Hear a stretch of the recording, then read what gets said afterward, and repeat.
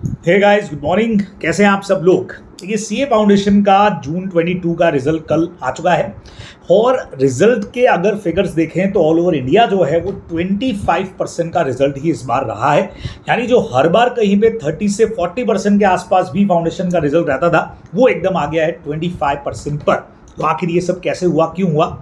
देखिए, कहीं ना कहीं ऐसा लग रहा है कि जो अक्सर कहा जाता था कि सीए इंस्टीट्यूट जो है या सीए जो है उसमें एंट्रेंस कहीं इजी है और आगे जाकर के आप रोक देते हो, तो शायद ऐसा हो सकता है कि अब एंट्रेंस लेवल भी उस तरीके का बनाया जाएगा ताकि एंट्रेंस लेवल पे ही एक तरह का स्केलिंग हो जाए और उसके बाद ही स्टूडेंट जो है वो आगे जाकर के चीज़ों को क्लियर करे। तो शायद इस वजह से अब आगे के रिजल्ट्स भी जो हैं वो शायद इस तरह से रहें। अब जिन लोगों ने कल का एग्जाम पास कर लिया उनके लिए बहुत सारी बधाइयाँ, कॉन्ग्रेचुलेशंस। जो नहीं कर पाए, देखिए कल से अब तक बहुत सारे लोगों से मेरी बातचीत हुई, काफ़ी सारे स्टूडेंट्स के फ़ोन कॉल थे कि सर हम लोगों ने तैयारी किया, नहीं हो पाया, आगे क्या करना चाहिए, वापस से हमको रिपीट करना चाहिए, नहीं करना चाहिए। देखिए, उनमें कई लोग तो ऐसे थे जिन्होंने अपने पुराने अटेम्प्ट जो है फर्स्ट या सेकेंड अटेम्प्ट, हाँ, उन्होंने खुद ने एडमिट किया कि सर हमने ऐसे ही मस्ती के अंदर एग्जाम दे दिया, क्लासेस पे ज़्यादा ध्यान नहीं दिया, ज़्यादा पढ़ाई नहीं की। लेकिन इस बार जा करके कहीं कुछ पढ़ाई की थी, लेकिन इस बार हमारा रिजल्ट फेवर के अंदर नहीं रहा। तो अब बताइए सीरियसली, हाँ, कि हमको आखिर करना क्या चाहिए, आगे जाना है या यहीं पे ड्रॉप करना है? देखिए, बहुत सीधी सी बात है। अब ये डिसाइड कहीं ना कहीं हमसे ज़्यादा आप लोगों को करना पड़ेगा। हम लोग गाइड कर सकते हैं, आपको मोटिवेट कर सकते हैं, लेकिन जब तक सेल्फ मोटिवेशन आप पे नहीं होगा तब तक आप चीज़ों को नहीं कर पाएंगे। अगर आपको लगता है कि नहीं सर, हमारे पास कुछ और भी अपॉर्चुनिटीज़ हैं, कुछ और काम हम कर सकते हैं या किसी और कोर्स की तरफ जा सकते हैं, तो ठीक है। लेकिन मेरा ये मानना है कि अगर कहीं लगता है कि कहीं हमारे ही अंदर कुछ कमी रह गई थी, कुछ प्रॉब्लम्स रह गई थी, तो हमें उसको सुधार करके और इसी पर आगे बढ़ना चाहिए, है ना?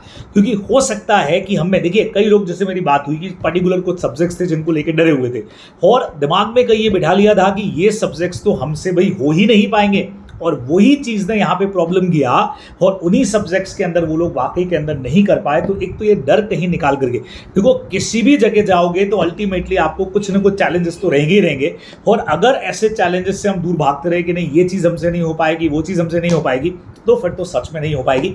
और कई बार आप लोगों को मैंने बोला भी है, एक बहुत अच्छे फैकल्टी है जिन्होंने एक बहुत अच्छी बात एक वीडियो के अंदर बोली थी जो मुझे पर्सनली बहुत अच्छी लगी। Boring is beautiful. कहीं अगर लगे कि यार कोई सब्जेक्ट थोड़ा सा बोर कर रहा है, लेकिन अपने को पता है कि आगे जाने के लिए सब्जेक्ट को करना तो पड़ेगा, तो बोरिंग इज ब्यूटीफुल। अपन कहते हैं ना दाग अच्छे हैं, तो वैसे ही बोरिंग इज ब्यूटीफुल को दिमाग में कंसेप्ट में लेकर के हमको सब्जेक्ट को पढ़ना तो पड़ेगा और उसको निकालना भी पड़ेगा, पास भी करना पड़ेगा। क्योंकि कहीं ना कहीं पूरे लाइफ के अंदर आप आगे जाओगे तो कई सारी चीज़ें ऐसी होंगी जो आपको पसंद नहीं आएंगी, लेकिन उनको करना तो पड़ेगा ना। तो बिल्कुल ऐसे ही समझ करके आपको अपनी कमियां पता लगानी है, कहाँ इस बार लेक रह गए। ठीक है, मेरे सब्जेक्ट की बात करूँ तो लॉ में, सर लॉ के अंदर कैसे करना है, तो लगातार आप लोगों को एक ही चीज़ मैं रेगुलर बेस पे बोल रहा हूँ, रिटर्न प्रैक्टिस करिए, रिटर्न प्रैक्टिस करिए, रिटर्न प्रैक्टिस करिए, और देखिए कैसे इतने सारे वीडियोस हम लोगों ने अपलोड कर दिए। पुरानी आईसी की कॉपीज कैसे चेक हो रही हैं, कैसे वो लोग लिख रहे हैं, कैसे मार्किंग हो रही है। तो जितना आप प्रैक्टिस करेंगे उतना ज़्यादा ही आप ढंग से कर पाएंगे।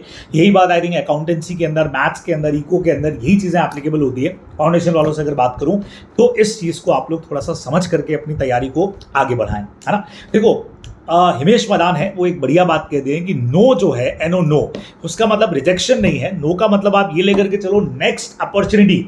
यानी कहीं अगर रिजेक्शन हो भी गया है, यार बहुत सारे लोगों का बहुत बड़े बड़े टाइम पे रिजेक्शन होता है। हम लोगों ने भी जब बैचेस स्टार्ट किए थे तो बहुत कम लेवल पे स्टार्ट किए, तब जाकर के आज इस पोजीशन के ऊपर आए। तो इसलिए उसको मान के चलिए नेक्स्ट अपॉर्चुनिटी, और आपको चीज़ों को ध्यान में रख करके, कहाँ कमियाँ रही वो ध्यान में रख करके आपको आगे बढ़ जाना चाहिए। तो ये चीज़ आप लोग जरूर ध्यान में रखेंगे, बाकी हम लोग आपके साथ में हर वक्त हैं ही। अब सेकेंड बात ये आती है कि जो लोग पास कर गए वो एक बड़े कंफ्यूजन के अंदर इस वक्त में है कि सर क्या करना चाहिए, हमको सिंगल ग्रुप देना चाहिए, बोथ ग्रुप देना चाहिए, क्या करें? देखिए, यहाँ मेरा सजेशन आपसे ये रहेगा कि बच्चे लोगों, फॉर्म आप जो आईसीए के पास रजिस्टर्ड कराओगे, बट ऑब्वियसली वो तो आपको बोथ ग्रुप का करवाना ही करवाना है ना? उसके बाद आप अपना पढ़ाई को चालू करें, और पढ़ाई चालू करने के बाद ये चीज़ सोचें, जब आपका एक आध महीना निकल जाए, एक महीने का आपने मान लीजिए सेल्फ स्टडी किया, कोचिंग किया, क्लासेस दी, जो कुछ किया, उसके बाद में आप देखें कि आप सही तरीके से उसको मैनेज कर पा रहे हैं कि नहीं, सारी चीज़ें ढंग से पढ़ पा रहे हैं कि नहीं पढ़ पा रहे हैं। अगर आपको ऐसा लगता है तो बिल्कुल आप जाइए, बोथ ग्रुप की तरफ से जाइए, और नहीं तो फिर कोई दिक्कत नहीं है। एग्जाम फॉर्म भरते वक्त आप एक ग्रुप पे स्टिक कर सकते हैं और देन सेकेंड ग्रुप आप नेक्स्ट में जा सकते हैं, लेकिन बोथ ग्रुप देना बेनिफिशियल तो रहता ही है। है ना, आपको बोथ ग्रुप एक साथ आप पूरा अटेम्प्ट निकाल लेते हो, सीधे सीए फाइनल में पहुंचते हो। तो सेट ऑफ का एक बहुत बड़ा बेनिफिट अपने को यहाँ पे मिल जाता है, जहाँ मार्क्स का सेट ऑफ होता है दोनों ग्रुप का, तो वो एक बेनिफिट तो है। लेकिन आपको ये देखना पड़ेगा कि हाँ भाई 13-14 आवर्स हमारी स्टडी कैपेसिटी है और हम बोथ ग्रुप साथ में कर पा रहे हैं, तो एक बार करना स्टार्ट तो करिए ना, है ना, पूरा उसको करना स्टार्ट करिए। जहां कहीं बीच में आपको 1-2 महीने बाद लगता है कि नहीं भाई बोथ ग्रुप नहीं संभल पाएंगे, तो के ग्रुप के ऊपर आइए, अदरवाइज आप बहुत आराम से कर सकते हैं, बिल्कुल कर पाएंगे। तो ये मेरे हिसाब से आप लोगों को ध्यान में रखना चाहिए। अब बात आती है सर फेस टू फेस और ऑनलाइन, कहीं ना कहीं ये भी माना जा रहा है कि जो रिजल्ट डाउन आना है उसके पीछे एक रीजन जो है वो कहीं ऑनलाइन स्टडी भी है। मैं ये बिल्कुल नहीं कह रहा हूं कि ऑनलाइन स्टडी जो है वो खराब है, ऑनलाइन से नहीं पढ़ाई होती है, ऑनलाइन से भी पढ़ाई होती है, ऑनलाइन से मैरिट्स भी आ रही हैं। प्रॉब्लम सिर्फ ये है कि आपको डिसिप्लिन मैनर के अंदर काम करना पड़ेगा, है ना। अगर आप देखिए क्लास में आप बैठे हैं तो टीचर की हर वक्त नज़र आपके ऊपर है, और वो कहीं पर भी आप इधर उधर होंगे तो आपको वो बिल्कुल टोक भी देगा और आपको पढ़ाई की तरफ वापस खींच के ले आएगा। लेकिन घर पे जब आप पढ़ रहे होते हो तो कई बार बहुत रिलैक्स मूड में, कैजुअल मूड के अंदर, और ठीक है पढ़ा तो पढ़ा, नहीं पढ़ा तो नहीं पढ़ा, बहुत ईजी गोइंग पढ़ लिया, बिस्तर पे सो के आप पढ़ रहे हो, तो ये चीज़ें गलत है। जहाँ पे भी आप स्टडी करें, अगर घर पे भी ऑनलाइन क्लासेस आपने ले रखी है तो बहुत डिसिप्लिन मैनर के अंदर अपना एक टाइम टेबल बनाइए। जब आप पढ़ रहे हैं, क्लासेस देख रहे हैं, तो बिल्कुल टेबल और चेयर को यूज़ करिए, बिस्तर विस्तर नहीं, खाना वाना बीच के अंदर चल रहा है, कोई इधर से आ रहा है कोई उधर से आ रहा है, ये सब नहीं होना चाहिए। और कहीं पे भी मुझे लगता है कि ये जो रिजल्ट इतना डाउन जा रहा है ना, उसका रीज़न ये भी है, ऑनलाइन स्टडी नहीं है, उससे ज़्यादा बड़ा रीज़न हम लोग हैं कि बहुत कैजुअल होने। अच्छा, घर पे पढ़ना भी इसलिए पसंद कर रहे हैं हम कि यार ठीक है ना यार, मस्ती के अंदर पढ़ लेंगे, इधर से खाना आता रहेगा, चाय कॉफ़ी आता रहेगा और इजीली पढ़ेंगे, वो चीज़ दिक्कत कर रही है। घर पे भी वही ढंग से पढ़ रहे हैं जिन्होंने बहुत अपने आप को डिसिप्लिन मैनर में पढ़ा है कि यार मुझे ये 3 आवर्स का क्लास देखना है तो ओके, बिल्कुल जैसे class face to face class में गैप आता है वही ब्रेक हम लोग लेंगे और बाकी बिल्कुल वैसे ही बैठ के पढ़ेंगे जैसे क्लासरूम में पढ़ रहे हैं। उतना अगर आप डिसिप्लिन लेके आ जाते हैं, उतना डिसिप्लिन से पढ़ते हैं, तो ऑनलाइन क्लासेस भी बहुत बढ़िया हैं, आप उनके थ्रू भी बहुत अच्छी स्टडी को कर सकते हैं। ठीक है, बराबर।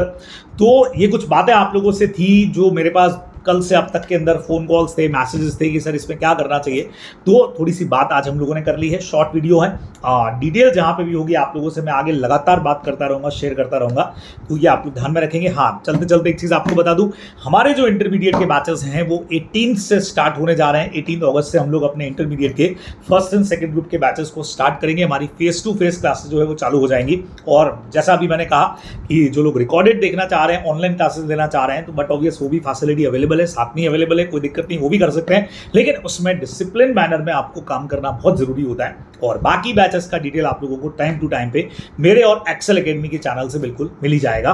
तो फिर आप लोगों से बच्चों मुलाकात होगी, जुड़ जाइए, लग जाइए तैयारी के अंदर। फाउंडेशन जो नहीं हो पाए वो वापस से अपनी तैयारी में लगो, कहाँ कमियां है उसको ढूंढो और बस दूर करो, और ऑल दी बेस्ट आप लोगों को। और जो इंटर में आ गए हैं भाई, समय हमारे पास कम है क्योंकि रिजल्ट ऑलरेडी हमारा एग्जाम 1 महीने लेट थे, उस वजह से हम लोग थोड़ा लेट हैं। तो टाइमली कोर्सेज को चालू करें ताकि टाइमली आप लोग खत्म करके अपना रिवीजन वगैरह जो कुछ है बहुत ज़बरदस्त तरीके से कर पाओ। All the best.